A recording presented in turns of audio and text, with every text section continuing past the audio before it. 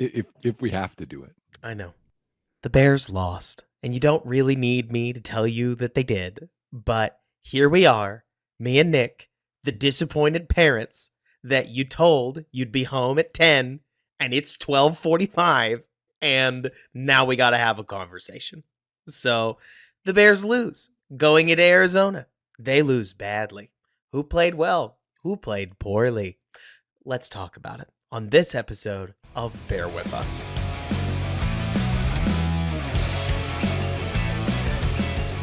What's going on, everybody, and welcome back to Bear With Us, a Chicago Bears podcast hosted by yours truly, Robert Schmitz, editor-in-chief of the Bears blog, right here alongside my co-host Nick Whalen of Football Guys on a particularly somber post-game podcast, as I don't know about you, Nick, because I feel kind of weird, right? Bears are 4-4. They haven't been even in quite some time, unfortunately. There is a lot of things that can happen in a football season. The season is not technically over, but the train feels to me like it officially derailed off of the predictions that you and I had, and it couldn't have derailed in a more melodramatic way. I want to start with that. Are you feeling that too, or am I alone in this? No, honestly, I watched the all 22 because we're recording this on Monday night, y'all. So it was Robert's birthday yesterday. It So if was. you guys have a moment, wish him a happy birthday. I'll be a little bit late, but um, so I watched the half of it, all 22, and I mean from the huge lens of what you're doing it, but like I watched all the details, and outside of Torrey Taylor, maybe Cairo Santos because they don't have many plays. I struggle to find a player that played well. Like everybody messed up. Like I know everyone's like Flus, Waldron. I made a thing on Chris Morgan today, but like even the players, it's just like it all sucked. It's just like I can't even be like, yeah. Well, Roma Dune's a 100-yard game, dropped a pass that would have been a first down that would have moved the chains. Was Yep. a And I 15-yard mean, game. Like it's what is going on? And it's tough, dude. Like, on one hand, you could look at this and you could say, what? Look, I feel very weird about it, Nick, because pretty much no matter any positive spin that you use right now, there is a negative rebuttal that is way too sensible. Let me use an example, right? Everything you and I are describing sounds like a distracted team that basically let last week's Hail Mary beat them, right?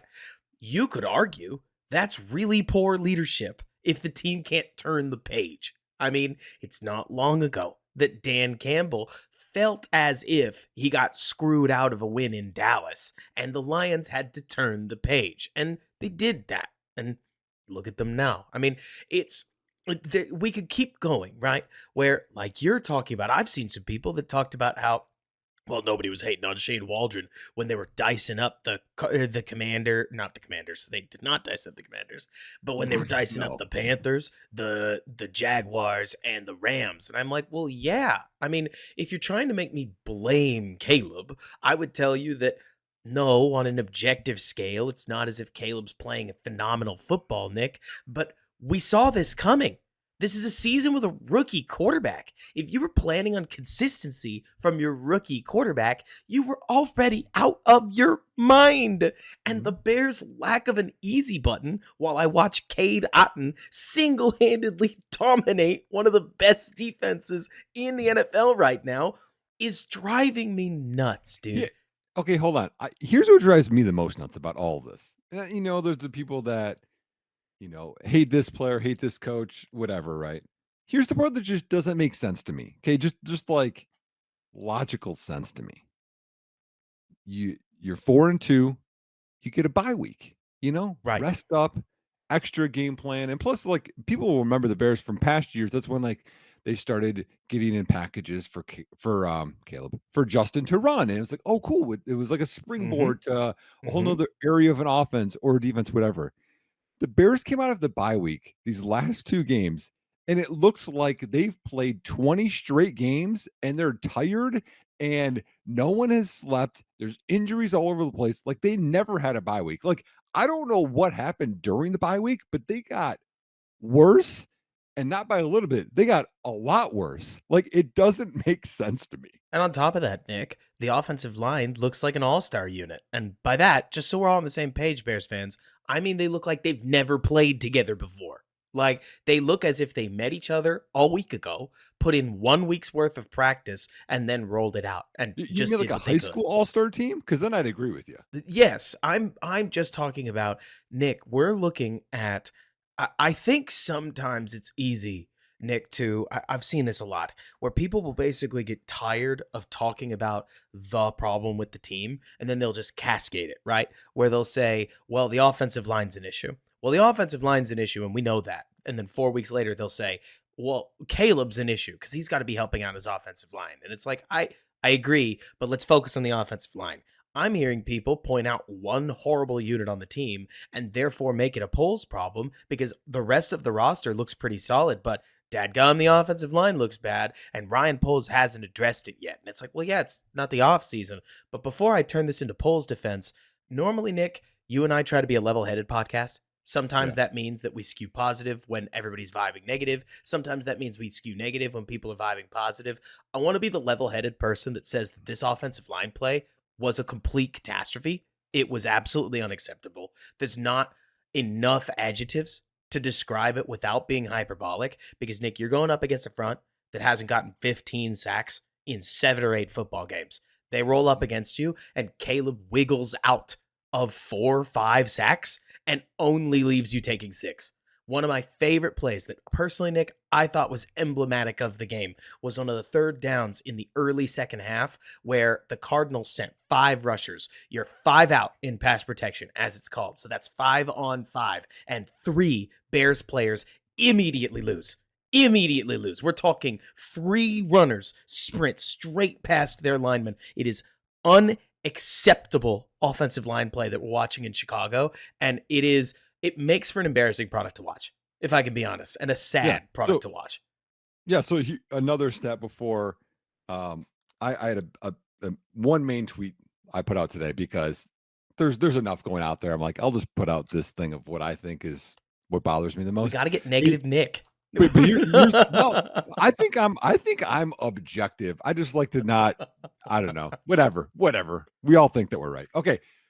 Ben Solak, again, a big fan of Ben. Been, I would say friends for a long time, but he said on Next Gen Stats, 16, 6 different Cardinals got a pressure against the Bears. That's the most individual players to get a pressure on a defense since 2018. The Cardinals walked into the game with a 26.6 pressure rate, and they pressured Caleb on 46% of his dropbacks because that's just more into what you're saying, Robert. Which is So a funny here's- number, Nick, here- because where have you heard that before? The 46% pressure rate. Not the 46 defense. No, I'm not. It's not a snake. 45-ish% pressure rate. I've heard that before. I heard that number cited against Houston. I heard that number cited against Tennessee. I heard that number cited against Washington. I heard that number cited against Arizona. It is a tough thing to look at, Nick, when the movable force goes up against the stoppable object and you find out that your unit is the worst one because that's a massive problem. So, yes. So here, my tweet today is I think we are concretely, like, I know everyone is like decided about Waldron or Flus or whatever, or some people are mad at polls. We're concretely, I am anyways, decided Chris Morgan is not it. He's not the answer. Now again, I will 100% y'all. This is just who I am. I don't like to say someone should lose their job. That's just how I operate. But this guy's not getting it done, and he didn't get it done with let's go back 2022, Sam Mustipher and Cody Whitehair and Riley Reef. Like, you go through all of the old lines, Alex Leatherwood. Like, let's talk about Nate Davis for a second, okay?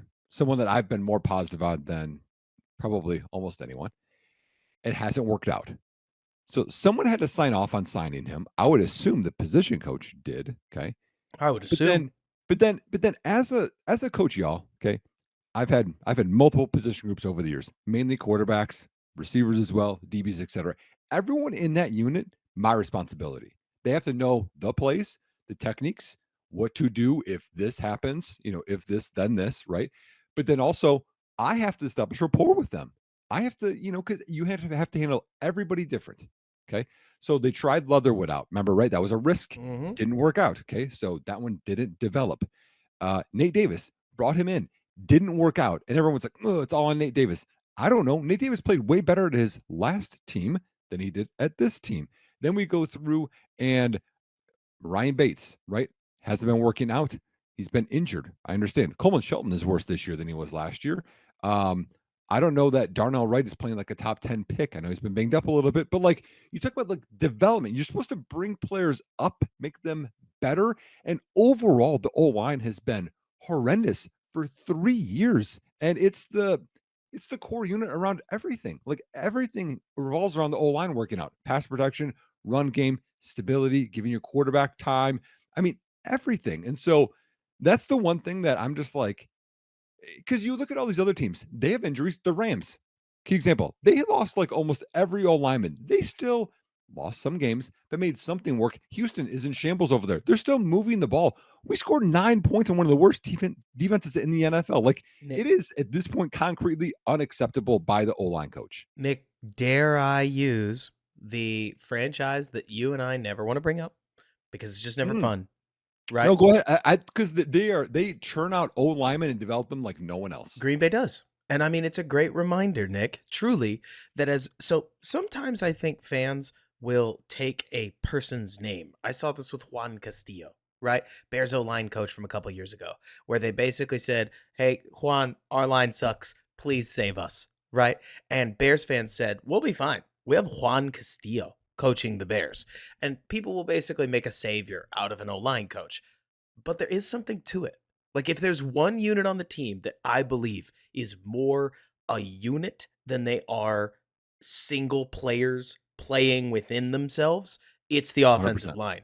And it's a Yep. huge part of why units like Green Bay that play UDFAs out of or fifth round picks, like Zach Tom, who I thought Tom was awesome. I did not think he was this good. I don't think Seventh anybody, round pick left tackle right now. right? I don't think Seventh. anybody that thought that he was a sorry, I think I had a fifth round grade on him. Not that it matters. It doesn't matter. Oh, I Uh, love Zach Tom coming out. I was higher on him than you. what, higher on him second round pick? I would say probably third. Third round pick at tackle. I don't want to say it's a waste, but you still aren't predicting this. You know what I'm saying? Well, because I thought he could play anywhere, which I like the versatility. Which is great. I'm really more talk. Anyways, we're getting lost in the sauce. The point is, Nick, is there is something to be said. Let me use an example. I think Darnell Wright, when he's on his island, is actually playing solid football. You wouldn't know it because the offensive line is such a collective disaster that you notice the 4 times he gets beat instead of Mhm. anybody picking up his slack. You know what I'm saying? Like Mhm. Nick, oh my gosh, it was Karan Amagdaji, whose name always takes me a second.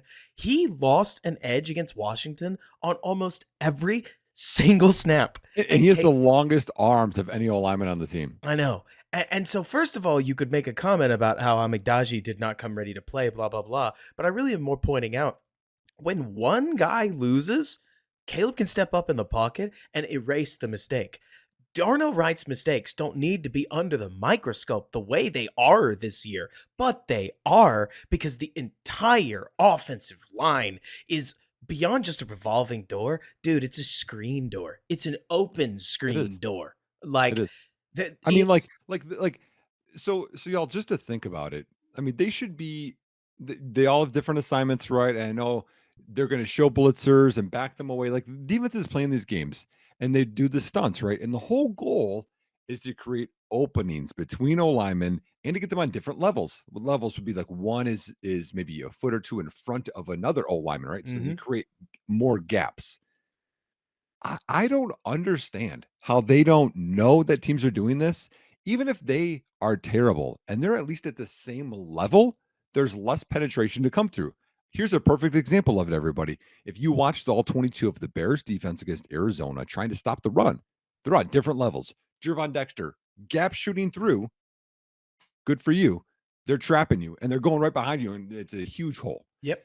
Same thing with Pickens did it on the 16-yard run that Trey Benson had, the first long run they had. Then they turned that drive into a touchdown. Like Like when you do that, you're creating a huge lane. Now, if you didn't get any penetration, think of two gapping and you just resist pressure, right? You close down the gaps and allow your linebackers more, or I'm sorry, less area that they have to cover, which they're more successful.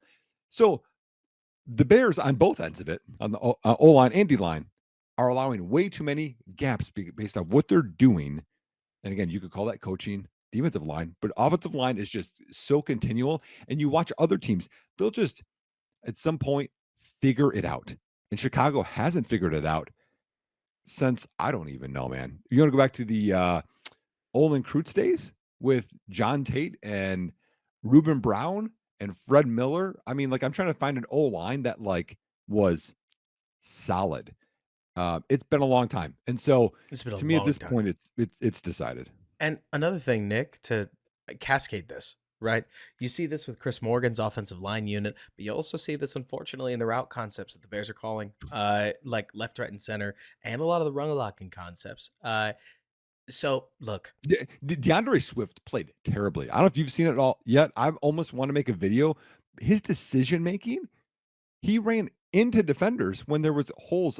I saw at least 3 or 4 runs, you and know, I'm tempted to make a video on it, I don't want to honestly. be this, or I don't want to distill this down to math, Nick, but DeAndre Swift was not as good a player as he's been playing lately. So a fallback to earth, it was just in the cards, right? Like you're not going to get a game where his vision is sicko mode every single game. And shocker, it's another game where he ran for 50. You swear, Nick, that they came out of the bye and it's like they forgot any progress they made. They went Yeah. back to, they regressed right back to week 1, which is despicable. Anyways, what I wanted to say is sometimes, Nick, I feel like we can use words like scheme and we can use words like concepts and play calls and other stuff like that to mask that football is any other strategy game in so many different ways. A lot of moving parts, don't get me wrong, but you want to know the simplest way to describe, in my opinion, whether an offensive coordinator is doing well, medium, or poorly? Are you ahead of the defense? Are you sparring with the defense? Or are you behind the Mhm. defense? And one thing that's really disappointed me is that Chris Morgan is consistently behind whatever the Yep. game the defensive line on the other side is running. They do not know what's coming. They are Mm. 2 plays late on the game that's coming next. And Mhm. unfortunately, I think you've seen this as well in the past concepts. We're starting to see teams mirror match the Bears' routes because they know what they like out of these formations. And that's why these guys are paid millions of dollars and you and I do this for free because they have the time to do that and figure out Well, whatever the tells are. I don't know what they are, man, but I yeah. can tell you right now that a friend of mine, Quentin Crisco, thinks that teams are reading Coleman Shelton's head snap because he thinks it's consistent enough that you can get a jump on the ball and Yep. that the Bears are trying to game off of it with some extra head motion and it's not really working. So the idea that the Bears might have other formation related tells, I mean, you and I have seen it where you can kind of tell when the Bears are setting up these spear screens that they continued to run for so long and got so little efficiency out of. Mhm. I'm disappointed, Nick. We haven't even talked about the defense yet, which was We don't also need disappointed in this or yeah. disappointing in this game. But we are getting far enough into this where now that we're at week 8 and things are actually it's week 9, isn't it? Like things are getting Yeah. worse before it gets better. And it was supposed to be getting better by now. Mhm. Mhm. And I'm disappointed. And Mhm. at least Like at this rate, a the lot would probably have to happen to cure that feeling.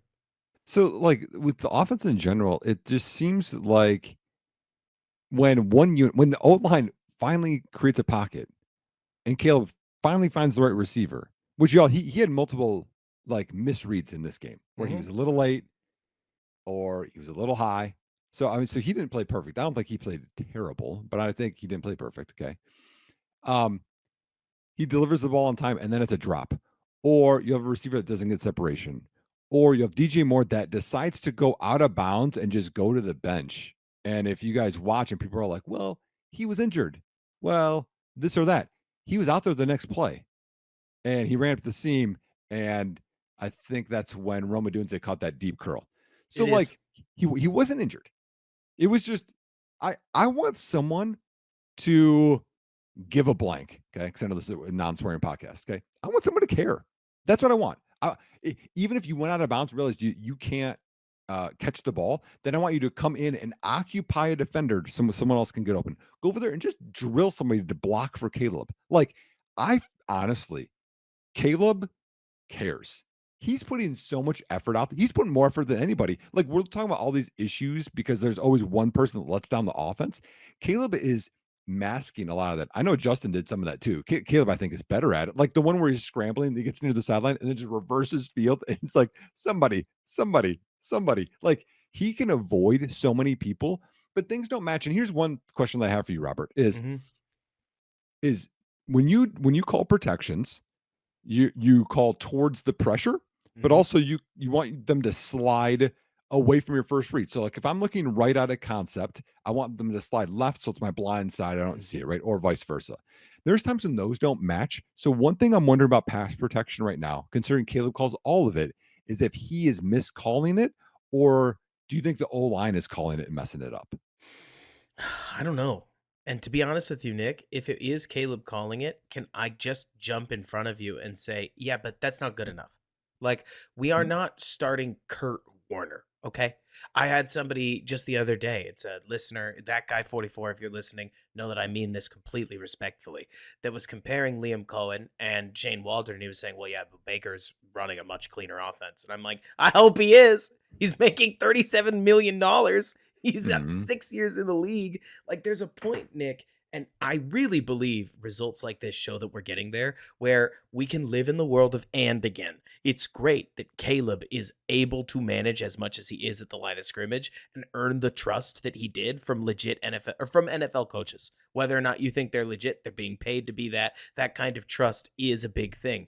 It's still a bad plan to basically put this much on a guy that just got out of college. You compare this to what's going on in Washington. Washington has clean pockets, 4 out of 5 snaps. Very clearly ideated reads. They throw a lot of go balls. They throw a lot of RPOs, things that Jaden Daniels just spent 5 years repping in Mhm. college. You look at what is going on in New England, a team that is selling everybody with value right now. And Drake May is running a bunch of play action because they just want to protect the kid as Yep. best they can. And they gave him the green light to run like a bat out of hell if he Mhm. doesn't like what he saw, because they said, hey, you're good at it. Do it. Yep. Just do that. Like, Mhm. go get something productive. If that's how you want to play ball that way. That touchdown he had was awesome. It was awesome. Again, I'm excited about quarterback play because we have low quarterback play in the NFL. But you're right. There's a lot on Caleb, and again, I'm We're going. watching Caleb Williams attempt to become something that, positive moment, Bears fans. I do like the idea of Caleb practicing being something that he wasn't in school, because there was always going to be a translation period, especially given the kind of ball that Caleb had grown accustomed to playing. So this is not wholly unexpected. And yet, Nick, you and I were positive. You and I used 4,200 yards and 50, like 4,050 yards, because you and I thought that there would be more easy buttons. There are Mhm. no easy buttons. Well, not when Nothing about everyone's this dropping offense them. is easy. Like Keenan Allen's dropping a pass for first down. For a DJ Moore's dropping for a a pass for huge first down. first down, no less. Yes, yes. I mean Hits him that's the right in point. the chest. My One of my favorite moments, I don't know if you saw this, was they don't even show us the play that the Bears get hit with a safety on. You go back and you're staring at the call and you're like, we're really calling that a chop block? Like, Tevin bumps him, loses him, then Swift cuts him. We're calling that a chop block. They finally Mhm. pan to Mercedes Lewis, who gets hit between the numbers and the ball bounces off. And you go, never mind, you guys deserve it. Yep. Like, it Yep. was. Well, I mean the Keenan Allen drop is, I mean, at least a 7-point swing because he catches that. You're continuing driving. They don't get the touchdown, which was really stupid before the half. Like everything compounds. It's like no one steps up and actually makes a play. Just staying with Caleb, y'all. Um, One of my favorite plays is him realizing the deep ball is not going well right now. And when Roma Dunze was open, he took so much off of that. He's like, I'm making sure he's catching this. And he did when he was open. Like there that was a smart play. there is a Um, lot right now, but Nick, to just throw in with what you're saying. Again, the world of and Caleb Williams is not playing perfect football, to say the least. I think he looks wild. Worse, Nick, I think that I feel like what we are looking at right now, unfortunately, I really don't like saying this, Nick. I just don't see another way to say it. This is your conventional breeding ground for bad habits. I hope Caleb is better than that. I hope Caleb gets better coaching than that. But messy pockets, utterly inconsistent Mhm. play to play action, receivers that don't seem like they know where they're supposed to be, and worse, maybe they just won't bother being there. Like emphasis on won't bother being there Mhm. in some cases. I don't think I could dream up of a worse way to learn to play quarterback. And yet, Nick, there's so much positive, I think, Mhm. in what we're seeing from Caleb. And there's no reason to throw the baby out with the bathwater and get so specific about every single down with Caleb like he's a year 3 player that's playing for his job. No, no. There's a lot of these plays where I think Caleb is still trying to adjust his internal tempo to match the NFL's high speed, and it's forcing rushed balls. And you end up with a play like the one that he had where he steps up, dodges 2 to 3 rushers, plants his feet in the pocket, and arm whips it to an open DJ Moore and sprays it 3 yards too far to the right and 1 yard too high. That's a bad throw, but it's such a sick like play to get the Mhm. ball out at all. And nobody cares because it's not complete. I care a little. Like there's a Yeah. lot here, Nick, that I just want to back you up and say, like, I like a lot of it. I'm just so disappointed that the negatives are getting so magnified because the only goal this season was to not do that. Like Yeah. that was the Well, it's only goal. it's the people pulling out the completion percentage. Oh, but look at this about Caleb. Like it's the film is he's honestly, people are like hero ball. He has to be a hero behind that old line right now. But in terms of the plan should have there was a jerk route by DJ Moore. I loved it. He looked right, wasn't there, came back left. DJ Moore and jerk route, y'all's like when you run, stop like you're gonna run a hitch, and then you continue running. And it got him away from linebacker, completion, first down. Here we go. Like I want those in the plan. There were so many outside the numbers, deep balls, corners. And if you watch this whole season, he struggled the most with deep balls. So why is that going to be literally? I think it was the majority of the game until it was check down city in the prevent. That was the majority of the plan. Like it doesn't make sense. And also, why is Keenan Allen running deep routes? So Why many isn't he the routes. one running crossing routes or choice routes or something that's really technical in the middle? And DJ Moore should be the one running crossing routes, not just go balls, because he's better at crossing and running away from guys and catching the ball in space. Like things aren't like like Robert, like would I want you talked about this, Yep. right? In terms of you're a shorter guy. Would I put you at center in No, your basketball team? you would Hey, not. go guard Zach Edey. Let's see how that goes for our team. Like Why, put guys in positions where their strengths are. Nick, to use an example, we've got this play. I don't know what its concept is, and frankly I don't care. Right, where they basically run like it's an outside release go, but it kind of mirrors a rail route along with Cole Kmet that's just supposed to beat cover 3 and get you like a wide open vial on the outside. That Caleb just lays a ball up into the end zone and lets his receiver go get right with Cole Kmet running a post route. Why is Keenan Allen running this rail? Like, why is Keenan Allen the one who's running a go to the end zone when you have a kid that's taller than him, jumps higher than him, and Mhm. was known at Washington for catching go balls? Yep. I can't swear on this podcast either, but what the bleep are we doing with On some of third down this? too. Like, Nick, I'm out. I thought, and I even talked about this a little on Twitter. So if you've heard me before, sorry. Okay. I talked about how I thought that there was an element of this that was just money talking a little too loudly, and that the Bears basically had to give Keenan a shot at the wide receiver 1 role in the preseason and early in the season because they're paying him $23 million. As the season progressed, my hope was that they would remember, "Oh, you are a 4th round pick. You're not $23 million. You came with that, but you're a 4th round pick for all intents and purposes. We have a number 9 overall pick that we're going to get our value out of." They haven't done that. Instead, they've got Rome Odunze playing Keenan's role, Keenan playing Rome's role, and DJ playing Tyler Scott's role, or maybe Velas's role, while Cole Kmet gets out targeted by Gerald Everett again. And it's What? like, So, but like DJ Moore's playing bad. Like yeah, Keenan's he only is. this year. What happened to DJ Moore? Who, by the way, like his body language is bad It's again, awful. and you're supposed to be the face of this, man.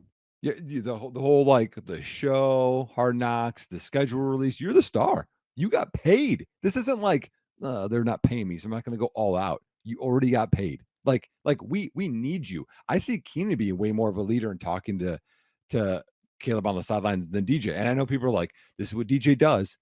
I get it, but you got paid to be more than that. We need you to rally a bit here, not walk off the sideline, not dog her out. We need you Dude, to go all out. We need you to make more of these plays, within and the it's not happening, man. within the progressions, Roma Dunze is generally second or third option in most of these, and he's currently the leading receiver on a team with DJ Moore on it.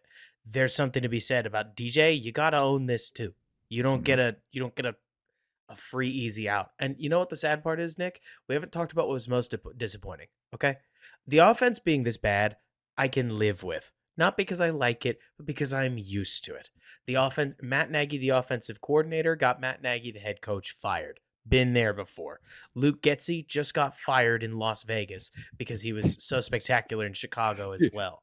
Do you Like, think that may he wants to come back? ugh, don't ask me that. I Uh, thought you were gonna make that joke today on Twitter. I considered it, but the truth is that I mean, we could joke around, but Getsy's been awful I in I Vegas. I will say this, I disagree with you. I was more disappointed in the offense than the defense. The So Cardinals have a good offense, and we're missing 3 starters on defense. I was way more disappointed on the offense playing the bad defense than, so facing a good offense. objectively speaking, like on an absolute scale, you are correct. For me, what I did not like seeing, Nick, was that the defense looked as lifeless as the offense did in a week where somebody had to be a leader. Mhm. Somebody had to display a little bit of leadership. They kept camera panning to Tyreek Stevenson because that's exactly what this week has been. And speaking of, going into even 4 hours before the game kicked, we got no less than three completely like different reports about what happened with Tyreek Stevenson because people have just been sitting on this. It was a messy week. And to respond to that, Nick, with a first half where you just got run on. Whenever the Mhm. Cardinals needed yards on the ground, they had it. James Conner, I can't remember the other running back's name. I don't want to. DeMarcado. I didn't want to, but thank you. So, like, they got every seam that they were looking for. And finally, the Bears get a massive stop. That's what it was, right? It was 6-7. And you know what? They got to stop. So it's fourth down. They're going to kick. I'm not loving it either, but we're one play away from something. And Javon Dexter commits a foul that you just have to be better than. You have to know the rules. Beyond that, Nick, you have to know. Somebody has to know that Dexter Lawrence just got away with this 4 weeks ago. They're watching now. You can't do that, right?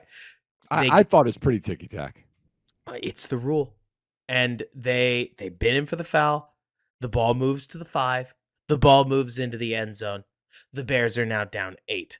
And then do we even need to really discuss how disgusting it was to watch the Bears on a play where I'm not an offensive coordinator, Nick, but I like to think I know what their offensive coordinator was thinking. That play call to run that power run to the right side was a great play call for 2 timeouts at about the 50 to try to crack off a 15 to 20 yard gainer that the safety brings you down. And that's how you got into field goal range. You call a timeout, you go from there. I Mhm. don't think Zona thought they were scoring. I don't think there's any way that they thought that they were going to get into the end zone from there. And they did. And there's an element, at least for me, I know it's a little melodramatic, but I think this kind of thing matters because if we can feel it, Nick, apparently the players can too. There's an element of this is what the staff has been. They find creative ways to give up a little more than they were supposed to Mhm. uh, in key moments, or at least in high leverage moments. But no worries. We can beat the Jaguars. We can beat the Yeah. Panthers. And in all likelihood, we can beat the New England Patriots. But you kind of start to look at it in a game like this, in this Arizona game, dude, it's the only one they needed. You know what I'm saying? Like, It's I mean, stopping the run was so pathetic before the long run. I like that word, But pathetic, because it Oh, it was was. pathetic. I said embarrassing because it just is because stopping the run takes, I think, less skill than stopping the pass. Stopping the run is okay, you have to be in your assignment and somewhat of the technique, but it's effort. Like You gotta effort, want it a little effort more. to the ball and deliver a blow. That's all it is. And you see Generally, that's sometimes where you're like, Andrew Billing that's I generally to your point, that's where Andrew Billings has shined, is right. he just wants it more than you. And it's part of why he's been such a hog against the run. But like there's like, someone else will make the tackle, so I won't. Like you have to have the mindset like I'm gonna make the tackle every play. And in the long run play, you see gap integrity lost on the D line. Jack Sanborn just blasting a guy who's pulling and he's wrong arming, right? Or wrong shouldering y'all. So that's like he's going with his outside on the inside. And you do that to crack down a hole. Not with 20 seconds left in the half. No one gives a crap, Jack Sanborn. If you blow something up, it doesn't like think of big picture. Big picture is okay, we need to contain this and it's done. And we didn't. And then all of a sudden it's Kevin Byard trying to, that's a really tough tackle, I think, in space. But like it's just you need to think about this. It reminds me of Robert, the end of the half play and how much this gives me a little joy, but the end of the half play, Tampa Bay against Green Bay in the playoffs, the NFC Championship game. Tom Brady, there's what 7 seconds left, and and everyone's thinking it's going to be this short little pass, and Brady's like, I'm going to take a shot to my fast guy, and he does, and they're in like cover 3, but the corner's up tighter than he should be, and he just runs right by him for a touchdown. It's like the one thing you can't give up, you give up, and to me, it's just like again, and there's a blitz off the edge. Blackwell's coming, which I'm like, why are you coming off the edge? Yep. Like none of it made sense. And to me, the effort, the carrying, and just everyone just messing up once here or there continued the whole game. What the Arizona did on offense, Robert, through again, like it's like a script. Threw away from Jalen Johnson. Where's Elijah Hicks? We're gonna make him look bad. Like continually. They threw in front of him for the long game to get Yep. towards the end zone. On the reverse to McBride. His eyes are in the backfield. He's late coming off. It's one-on-one again with Byard. Like let's pick on guys. Do the Bears look like they're picking on guys ever? No. They're not. So like to me, that's like good game planning versus bad game planning. And you see it everywhere. And look, I'll be blunt, everybody. I'm aware that the Bears were missing a bunch of defensive starters. Nick and I are not blind to the fact that Kyler Gordon, Jaquan Brisker, Montez Sweat, etc., were not playing. And I'm watching a Rams team that still doesn't have anybody back figure it out and win games that people don't think they have any business winning. I'm watching Malik Willis outplay Jordan Love, which feels kind of silly to say, but then Jordan Love throws one of the worst pick sixes I've seen in an awfully long time and starts to make you It's about as worse dang. as the one he had early in the season. Oh my gosh, you're right. Yeah, Uh, two of them this year. that's never a good habit to make. That's the Matt Schaub thing over again. But anyways, No, yeah. I say all this because you start to look at this and you go, Flus, what are you giving us that another coach can't also give us? It was player development, but if we're not getting anything out of our depth, then are you just benefiting from good drafting? Because that's great and all, but that in and of itself, a team does not make. Especially when, so far, Nick, we're starting to get to this point. I know you've thought about this. There's no way you haven't.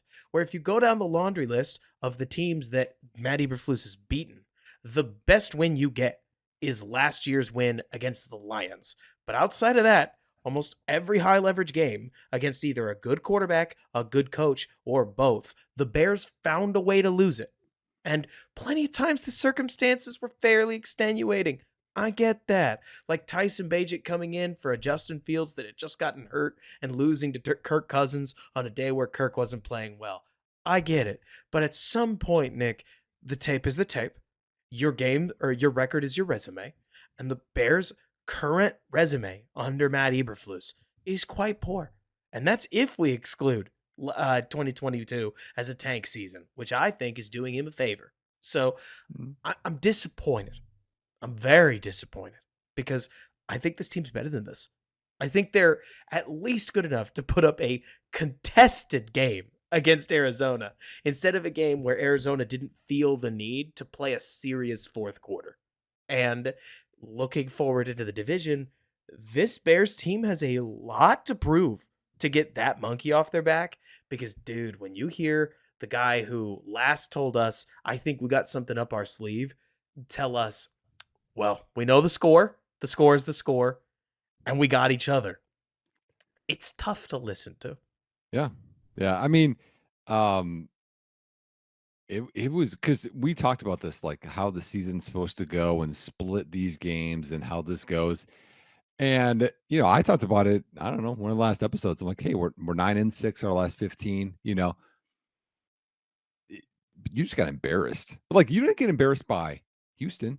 They beat the Rams. That'll be the other game I would say, Robert. That's like, it's McVay. That's a solid against Stafford. I It's know they're solid. down They some guys, just but didn't have anybody, but it but is but still solid. It still it's still counts. solid. It still counts. Like, but okay, so split those games. Any game didn't go well, and then it's like, okay, well, Washington's number one offense, but you didn't get embarrassed. I mean, I know the Hail Mary is embarrassing, but like, you know, it was 6-point game, whatever. Um, this was embarrassing. Like, this is the last thing that you could have happen. And then, Andrew Billings gets hurt, Darnell Wright gets hurt. Um, you can't do anything on offense. It was like, 8.5 wins was the over under before the season started. And the purpose of the season is to develop Caleb. And it's going worse the last 2 weeks of Mhm. developing him in terms of, again, we talked about O-line and receivers, everything. I mean, the trade deadline is when this podcast ends, I think it's going to be 24 hours or somewhere close to there, Robert.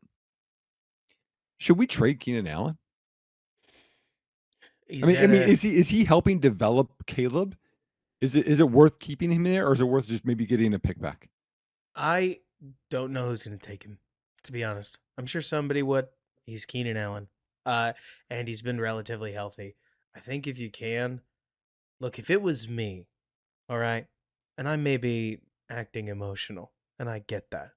But if it was me, Nick, the beauty of this season was that it was a now team that could become a future team. I think you got to start looking towards the future very Mhm, directly. mhm. And in my opinion, that means Cole Kmet, DJ Moore, Rome Odunze. Not in that order. Actually, probably in inverse order, directly. But Keenan Allen is in the way because we keep making him the one read. And if we're going to do that, get him off the team. Mhm. Like, Well, what about Tyler Scott? Like we don't know exactly what we have from him because Keenan's in the way. Like he's not getting on the field. no, he's not. And I mean, granted, they're going to put DeAndre Carter on the field over Tyler Scott. So there's that. But Mhm. I'm even just thinking of you've seen Moneyball, right? Oh yeah. If you're going to keep playing Chris Pena, then I'm going to trade him, basically. And we're at that point, and I don't love it, but here we are. And we're at the stage where I think the Bears, in theory, you can look to add any time because Caleb's contract just gives you the ability to do that. Right. But you shouldn't. Like, not now, in my opinion. I'm not going to say the D word because it's not on my mind. And I really mean that. But this is a game, or I don't know, Nick. I think the problem that I'm having right now is we've always had doubts about Eberflus.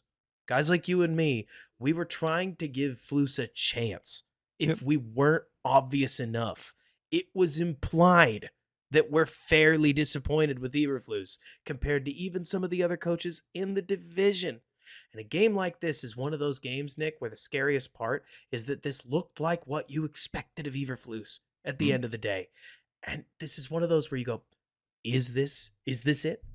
Is everything Mhm. else just a matter of coincidence, like all the other good things? Because if this is it, this isn't good enough.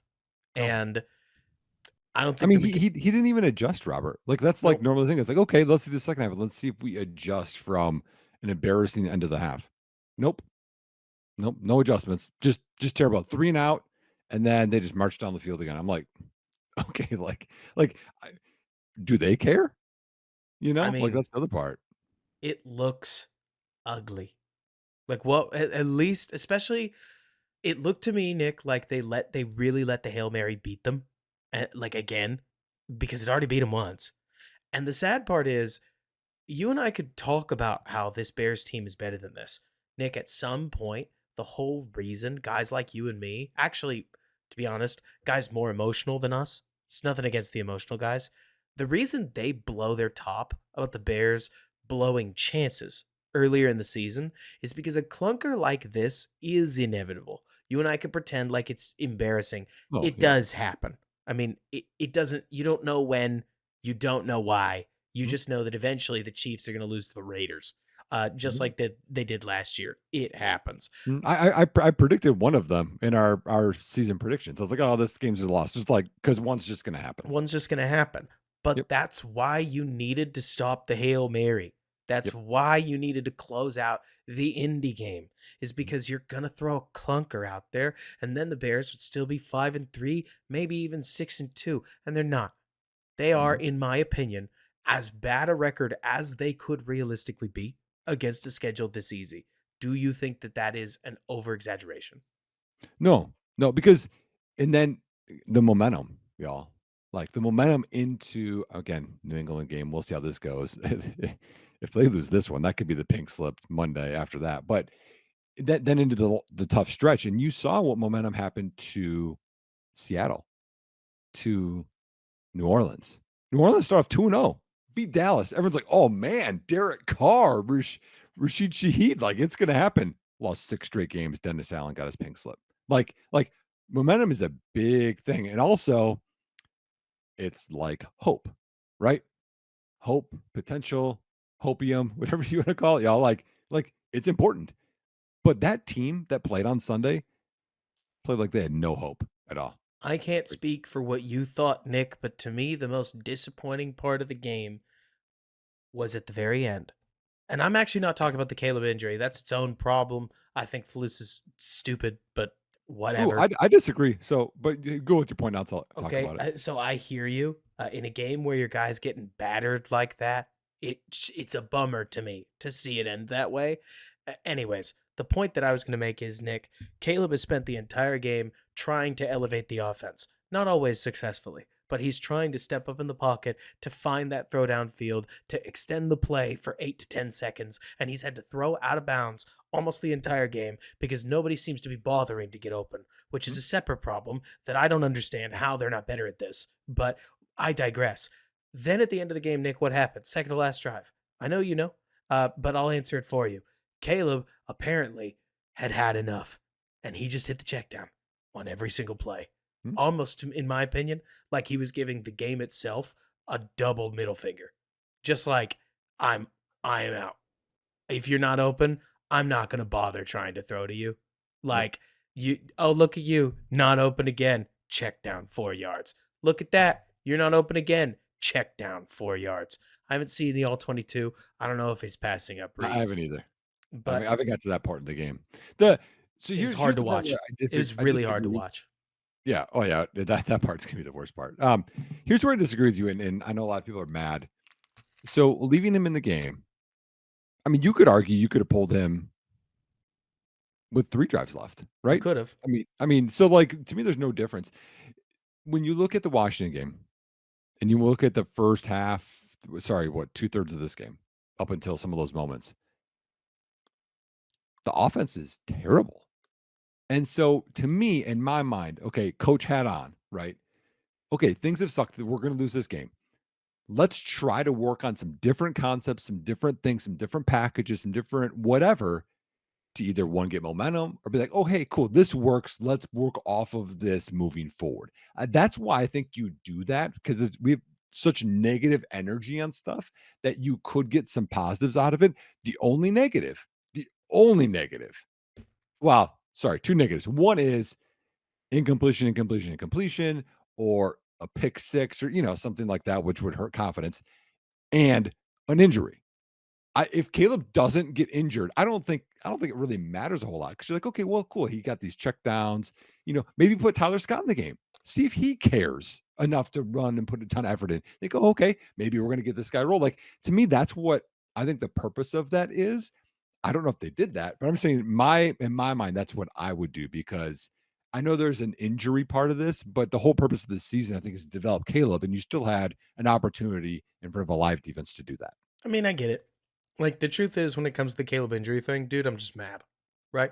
Yeah. This reminds me of how a whole bunch of Vikings fans suddenly thought that you just needed to kneel the ball at the two instead of running duo because somehow they all predicted that Christian Darrisaw was going to end his season. And that's ridiculous, right? A basic run like duo is very normal to end the half with. It Yep. is not unheard of for the quarterback to just stay in the game, even in blowouts. Mhm. The vibes were bad. It has happened before without us hating the coach. We just hate the coach now. And the moment that Caleb holds that ankle, you go from thinking Eberflus is the devil to thinking that he might. I don't know. I don't know if you can really elevate off of the devil, but you get Well, it. I don't go that far. Just like Eberflus right now feels like a guy that again was like shaky ground, and now Eberflus has to be. It feels like almost perfect on here on out to be here in 2025. Right. And I think it's tough because then you look around the NFL and you start to see guys that are figuring it out. And not all of them, Nick, are like let me use a silly example. This is a very specific example. The game's just on right now, right? It wasn't long ago that we were making Clint Kubiak out to be, the best thing since sliced bread, and then the Saints fell apart. So obviously, Mhm. every offensive coordinator has his day, but Tampa's offense has somehow managed to not miss a beat after losing Mike Evans and Chris Godwin for significant time, and they Mhm. are going toe to toe with one of the best teams in the league right now, with a Yep. chance to walk down the field and tie because Liam Cohen seems to get it. And it's just a shame, right? Like, I think that's at the end of the day where you and I are both at. Is it because they retained Chris Morgan? Maybe. As much as anybody might think that that sounds ridiculous, if you as an offensive coordinator walk in and the guy goes, "I this is what my guys are doing in the run scheme. What do you want to throw off of that?" That's a little different than what is your offensive vision. You know what I Mhm. mean, Nick? Mhm. Like it's a little different. Now you're painting within somebody else's outline because they already handed you the run game. And maybe that's part of why the Bears look so disjointed. I couldn't tell you. I can just tell you that when you and I were excited about Shane Waldron, who seemed to be the best market offensive coordinator available, we didn't think we were getting this. And No. what we've gotten has been unacceptable from a Mhm. football perspective. And I think this is my big closing thought. And I know this is depressing, but Nick, just hang with me.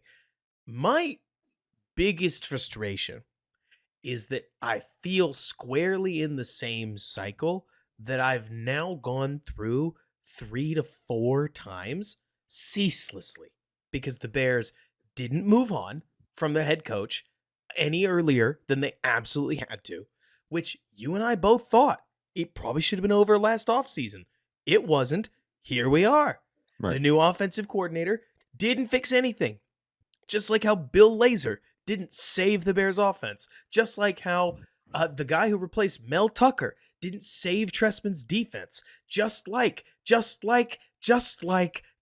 like. And now, Nick, you and I are stuck between hoping Matt Eberflus figures it out, which feels unlikely, at least at this moment, or hoping that Caleb Williams will buck the trend of coaches or of Bears quarterbacks who get a new coach in their second season and they don't succeed. My And so, my favorite thing is what you told me today in the DMs was watch Matt Eberflus beats Green Bay in week what 11, right? just Like, to like throw a whole wrench to like okay now how do people just to feel? make George feel where I am, where I, Nick, am most bummed out is, well, okay, so the Bears just lost to Arizona. So, in the great tribute to Danny Green, we might as well say the quote, right? Oh man, These Bears are who they always have been, and they are who I should have thought they were because they don't do anything different. And I want them to so I desperately. Nick, I just I I want don't them know how to. you can do this. Like people are like, well, the Bears will be the Bears. it's so many different pieces It is. that it's almost scary that they've like, this is the worst Keenan Allen I've seen, the worst DJ Moore I've seen. I mean, O-line is way worse than it should be. Like, you just go through the list, you're like, "How is this even possible?" I know. Dude, Um the Bears spent big assets Mhm. at wide receiver, and nobody's open. Well, Only hold on. this franchise. Thank goodness they drafted Rome Odunze at 9 and didn't go D-line. Ugh, Thank goodness. Imagine if they did not have him right now. I know. It'd actually be really depressing. But It would be. they did that Um, with Chase Claypool too. You can't apparently get any receiver. Musa Muhammad said Chicago's where receivers go to die, and here's Keenan in the elephant graveyard. It's tough, dude. It's Bernard tough. Bernard Ber Bernard Berrian is better than him anyway. My closing thought is non-Bears, just 'cause I added this in and I don't know. I'm gonna have a little, like, sad, but also, like, fun here at the end because this is just no one's having fun as a Bears fan right now. Um, Sadly, high school team lost on Friday, y'all. I think the better team probably won. We played poorly, um, but it wasn't like a blowout or anything. So, um, but we had a Halloween party, Robert, that we hosted. We do this every year because my wife's coworkers they don't have family around, so we have them come over. And I dressed up. I had the outfit of Ray Gun, the Australian break Yeah, you dancer. did. So Yeah, you so did. I did that, and I like games and competing and stuff. So I host these what I call the Halloween Olympics, Robert. Okay. Okay. And so I don't compete in them because I'm way too competitive. But I have all these different like I don't know, almost like minute to win it type games and I have a scoreboard. I bought like little mini trophies that I handed out. So, y'all, if you're wondering, hey, what can we do? Because I have some friends, neighbors, family members that like to have fun. Uh, Hit me up and I'll let you know kind of what we did. One of the games, just for like an example, like, okay, what the heck do you do? Like it's Halloween. Um, I would get chopsticks and I had a bunch of like candy corns in a bowl and you had like so much time like I don't know 15-30 seconds to Hmm. get as many of the candy corns into another bowl and Yeah. then you see people's like chopstick skills like oh no so it's like everyone's laughing all that kind of stuff so I wanted to give a little funny at the end of this um just know this Bears fans we're all in this together okay this is not fun for anyone and I haven't lost hope on Caleb so that's my positive and what I'm clinging to. Oh yeah. Long term, honest to goodness. I'm not actually worried about Caleb Williams. I'm Mm. just really sad watching the current product because the last 2 weeks have just been such a shame. And we'll see what happens. If you're ahead of me, Nick, and you spoiled something for me, I'm gonna freak out because I see them at the goal line. I don't see them in. They scored. They scored, Robert. I knew you'd done it. I wonder if they're gonna go for 2. Well, don't tell me. I'll wrap up the show now. All right. What's the emoji? I'm gonna pick the emoji. It's my turn. You picked pumpkin last Yeah, time. that's true. Yeah, that's true. Crying face emoji. Just get it out. Get it out. Crying face emoji in the comments with your prediction for how many more losses the Bears have on their schedule. Wah, wah, wah. Like I said, Nick, we're just gonna get it all out now. Yep. And so hit me with that. Like the podcast on YouTube. Hit us with 5 stars wherever you listen to your podcast. Thank you so much for listening, putting up with us. We'll see what happens the rest of the way. I mean, there's a long football season remaining, and in 2 weeks, Nick. I mean, not to look past the or not to definitely not to look past the Patriots. We can't look past anybody at this Yeah, point. clearly, but looming is the big one. I mean, Nick, the worst part is how on earth does this continue to happen where the Bears manage my whole life, dude, to limp into a Packers game with that one more shot to really put the team down on the line? Like, why can't they ever walk into these games even? You know what I'm saying? Instead, Nope. they No, and always. the Packers are coming off a bye. It's just they stack it against us for Tough sure. week to live in What Wisconsin. what okay, some Bears fans will remember this. Robert probably wasn't born yet. Okay.